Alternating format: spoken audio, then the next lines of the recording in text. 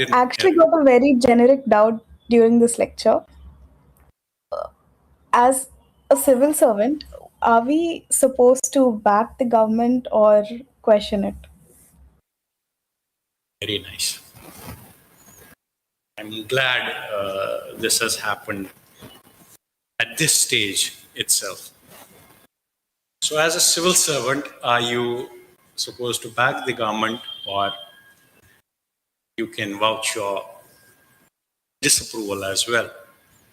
And this is a very, very genuine question. And I'm happy about that, that only at this stage you're thinking. My optional is also PS political science, so my thought process always towards that. You completed your graduation or still pursuing? Yes, I've completed my graduation, and I worked for 2 years, and now I'm working, studying for government jobs. As aspirants aspiring to be civil servants, you cannot go against the government. As civil servants, once you join the system, there's very, very little you can do. Very, very little that you can do. It takes nerves of steel. It takes immense amount of courage, determination to actually bring real change onto the ground. Civil servants tow this one big herd who are led by their shepherd. So there's very little that you can do even after joining the services.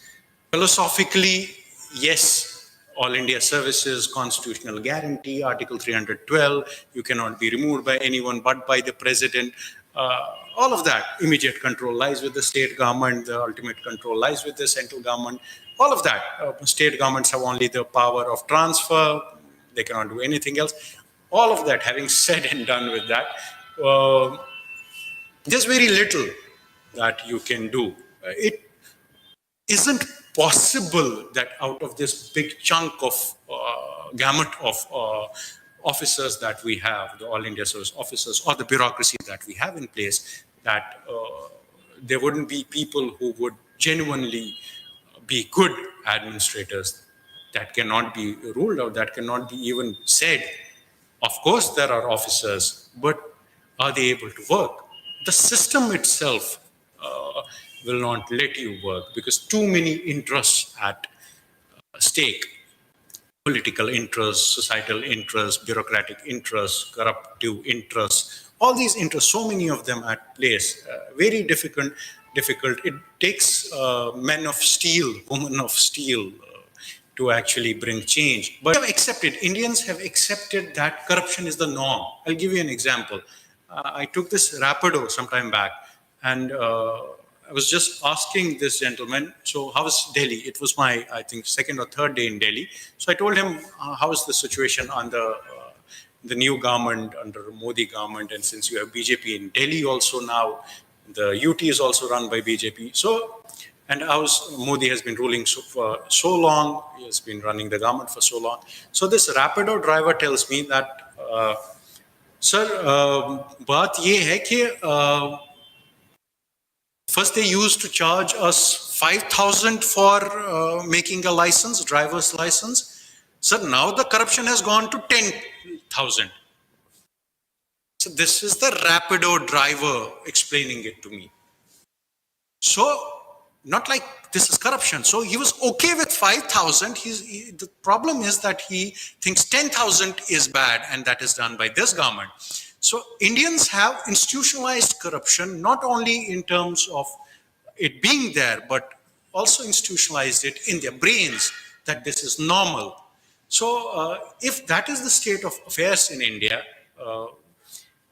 then just imagine yourself how much work needs to be done. You are talking about bringing change in a country where you have to spend millions and millions of rupees through programs like Swachh Bharat Abhiyan to tell people where to shit. You're living in such a country, so aapko करोड़ों रुपए देके लोगों को बताना पड़ रहा है कि आपको बाथरूम रास्ते पे नहीं जाना है. There's bathroom for such activities. In a country like that, change and even the thought of change should scare a public servant. And those who are motivated by that are actually people this country is looking forward for. We're looking forward to seeing such officers who are actually who actually want to serve the country, not who want to be part of the pomp and show and the glamour of the country, this bureaucracy. So I think I gave you the short answer and the long answer. So as civil servants, we implement and not decide. Is Yes. that?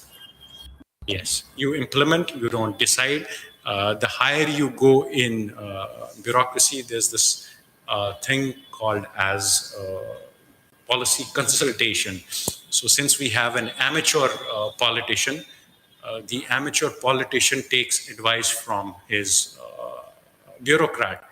And the bureaucrat, since he is safeguarded, All India Services is safeguarded by the constitution itself. So he has the audacity to tender free and fair advice to the minister. But to reach such levels and such, that brings politics very closer to bureaucracy. And once that happens, that somehow plays around with the neutrality that the civil services has to maintain. Civil services works on the norm of neutrality. He has to be neutral. He has to serve, a civil servant has to serve different political regimes neutrally. So today the BJP is in power, the same bureaucrat has to serve the BJP minister. Tomorrow the Congress is in power, so the same bureaucrat has to serve the Congress minister without any affection or any favor. So in that context, he has to establish neutrality. But maintaining that is humanly. You're not a machine. You are a human being. So thinking of yourself as an officer, they're all lying to us when they say, all these scholars, when they talk about, for example, Weber talked about it. You're a political sciences student, you must know. Max Weber talked about this political neutrality of being a characteristic of the bureaucracy. But then again, it's a misnomer.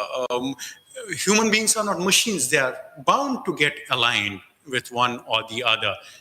So that is a hoax that is being sold. They get aligned, and one should take that into consideration. Only when we take that into consideration will we arrive at a solution. How do we now manage that? So we'll have to understand that that happens. And neutrality, political neutrality, again, doesn't happen. Why does a prime minister, after assuming office, take his same bureaucrats who were his bureaucrats when he was serving in as chief minister of Gujarat? It tells you about the alignment of bureaucracy with political leadership. So it becomes aligned. I think you'll have to understand, to delve deeper into it, you'll have to understand the prostitutionalization of personality. It's a long, long debate. I have a lot to say, but too less of a time. And the